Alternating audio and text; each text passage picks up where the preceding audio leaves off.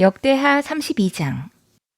히스기야 왕이 이렇게 하나님을 성실하게 섬기고 난 뒤에 아시리아의 사네립 왕이 유다로 쳐들어왔다. 사네립은 요새화된 성읍들을 공격하여 점령할 수 있을 것이라고 생각하고 진을 쳤다.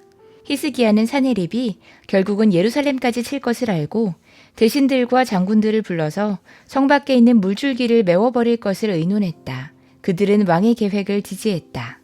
많은 인원을 동원하여 모든 샘과 들판으로 흘러나가는 물줄기를 막았다. 아시리아의 왕들이 진군하여 오더라도 물을 얻지 못하게 할 생각이었다.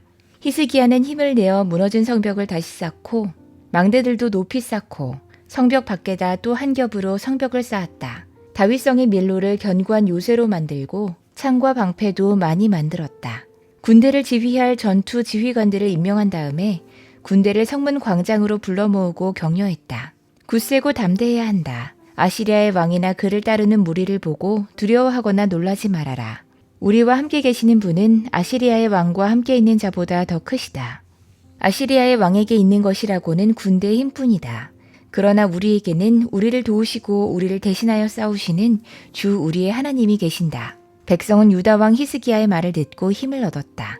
얼마 뒤에 아시리아의 사네립 왕이 자기는 온 군대를 거느리고 라기스를 치고 있으면서 자기 부하들을 예루살렘으로 보내어 유다의 히스기야 왕과 예루살렘에 있는 유다 백성에게 이렇게 말했다.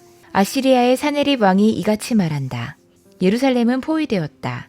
그런데도 너희가 무엇을 믿고 버티느냐? 히스기야가 너희를 꾀어 주 너희의 하나님이 너희를 아시리아 왕의 손에서 건져줄 것이라고 한다마는 이것이 너희를 굶어 죽게 하고 목말라 죽게 하는 일이 아니고 무엇이냐?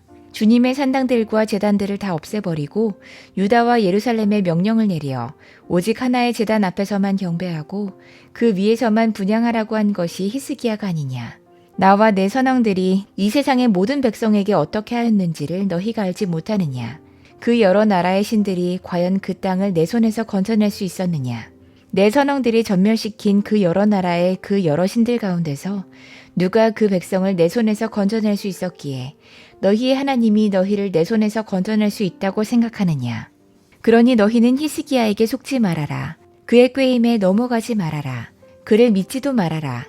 어떤 백성이나 어떤 나라의 신도 그 백성을 내 손에서 내 선왕들의 손에서 건져낼 수 없었는데 하물며 너희의 하나님이 너희를 내 손에서 건져내겠느냐. 사네립의 부하들은 주 하나님께 그리고 주님의 종 히스기야에게 더욱 비방하는 말을 퍼부었다. 사네립은 주 이스라엘의 하나님을 욕하고 비방하는 편지를 써 보내기도 했다. 그는 여러 나라의 신들이 자기 백성을 내 손에서 구원하여 내지 못한 것 같이 히스기야의 하나님도 그의 백성을 내 손에서 구원해내지 못할 것이다 하고 말했다. 사네립의 부하들은 예루살렘 성 위에 있는 백성을 보고 유다 말로 크게 소리를 질러 백성을 두렵게 하고 괴롭게 하면서 그 성을 점령하려고 했다. 그들은 예루살렘의 하나님을 두고 말하기를 마치 사람이 손으로 만든 세상, 다른 나라 백성의 신들을 두고 하듯이 거침없이 말했다. 히스기야 왕과 아모스의 아들 이사야 예언자가 함께 하늘을 바라보며 부르짖어 기도하니 주님께서 한 천사를 보내셔서 아시리아 왕의 진영에 있는 모든 큰 용사와 지휘관과 장군을 다 죽여버리셨다. 아시리아 왕은 망신만 당하고 자기 나라로 되돌아갔다. 그가 그의 신전으로 들어갔을 때 제 몸에서 난 친자식들이 거기서 그를 칼로 죽였다. 이처럼 주님께서 히스기야와 예루살렘 주민을 아시리아의 왕 사네립의 손과 모든 적국의 손에서 구해내셨다. 주님께서는 사방으로부터 그들을 보호하여 주셨다. 여러 나라 사람들이 예루살렘으로 예물을 가지고 와서 주님께 드리고 유다 왕 히스기야에게 선물을 가져왔다. 그때부터 히스기야는 여러 나라에서 존경을 받았다. 그 무렵에 히스기야가 병이 들어 거의 죽게 되었는데 히스기야가 주님께 기도하니 주님께서 그에게 응답하시고 회복될 것이라고 하는 징조를 보여주셨다. 그러나 히스기야가 교만한 마음으로 받은 바 은혜에 감사하지 않으므로 하나님의 진노가 히스기야와 유다 백성과 예루살렘 주민에게 내렸다.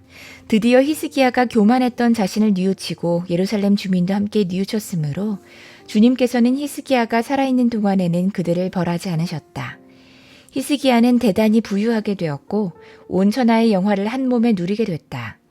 그는 귀중품 보관소를 만들어서 은과 금과 보석과 향품과 방패와 온갖 귀중품을 보관하였으며 창고를 지어서 곡식과 새 포도주와 기름 등의 농산물을 저장했고 짐승 우리를 만들어 온갖 짐승을 길렀으며 양 우리를 만들어 양떼를 먹였다. 또 성읍들을 더 만들고 양떼와 많은 소떼를 치도록 하였으니 하나님이 그에게 재산을 그렇게 많이 주셨던 것이다. 위쪽 기온의 샘 물줄기를 막고 땅속에 굴을 뚫어서 그 물줄기를 다윗성 서쪽 안으로 곧바로 끌어들인 것도 바로 히스기야가 한 일이다.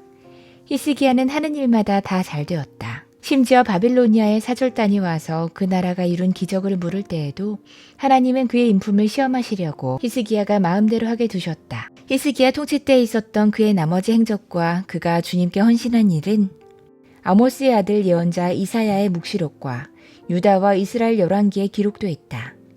히스기야가 죽어 그의 조상과 함께 잠드니 유다와 예루살렘의 온 백성이 그의 죽음을 애도하고 그를 존경하여 다윗 자손의 묘실 가운데서도 제일 높은 곳에 장사했다.